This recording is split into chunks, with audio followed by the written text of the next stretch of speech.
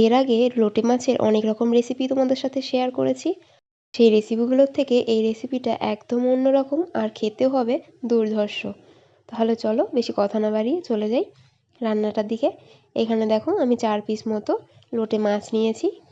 মাছটা খুব একটা বেশি বড় ছিল না, কচি মাছ ছিল। এর মধ্যে দিয়ে দিচ্ছি লেবুর রস। অবশ্যই লেবুর রসটা কিন্তু তোমরা একদম স্কিপ করবে না, যেহেতু এগুলো সামুদ্রিক মাছ, খুব একটা আষ্টে গন্ধ থাকে। এই লেবুটা দেওয়ার কারণে আষ্টে গন্ধটা থেকে মুক্তি পাওয়া যায়।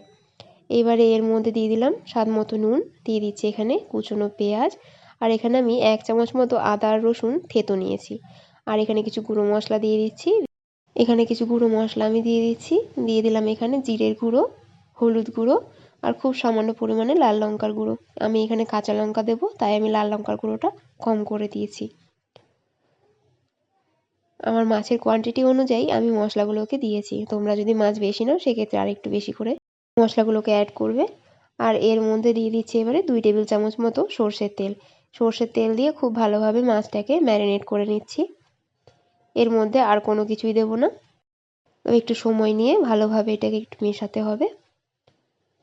মাছটা ঠিক যত ভালো করে মেশাবে এর স্বাদটাও ঠিক ততটাই ভালো আসবে।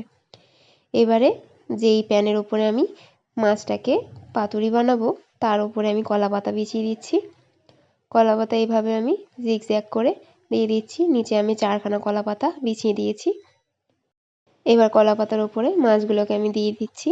মাছগুলোকে দিয়ে খুব ভালোভাবে একটু বিছিয়ে দিতে হবে, যাতে প্রত্যেকটা মাছ কলা পাতার উপরেই থাকে, একে অপরের উপরে যেন না চলে যায়। এবার ওপর থেকে দিয়ে দিচ্ছি চেরা কাঁচা লঙ্কা। এতে করে কাঁচা লঙ্কার ফ্লেভারটার মধ্যে আসবে আর আরেকটু ঝালও হবে। এবার ওপর থেকে আরেকটা কলা পাতা দিয়ে এভাবে ঢাকনা বন্ধ করে আমি গ্যাসে বসিয়ে দেবো।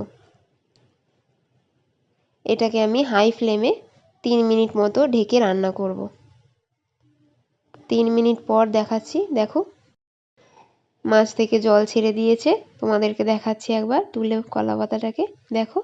এবার এই জলটা শুকাবে, তবেই মাছটা পারফেক্টলি রেডি হয়ে যাবে। এবার আর কোনো ঢাকা দিচ্ছি না, এই শুধু কলা পাতায় ঢেকেই আমি খোলা অবস্থাতে মাছটাকে রান্না করে নেব 5 থেকে 6 মিনিট। 5 থেকে 6 মিনিট পরে তোমাদেরকে দেখাচ্ছি, দেখো। এবারে নিচে যে কলা পাতাটা রয়েছে সেই কলা পাতাটাকে আমি চেঞ্জ করে দেব। নিচের কলা পাতাটাকে ধরে এভাবে একটা থালার উপর আমি নিয়ে নিচ্ছি।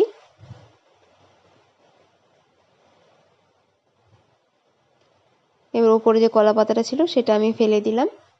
এবার এর ওপরে আমি একটা নতুন কলা পাতা দিয়ে এইভাবে আর একটা থালা বা ঢাকনার সাহায্যে চেপে উল্টে দিচ্ছি।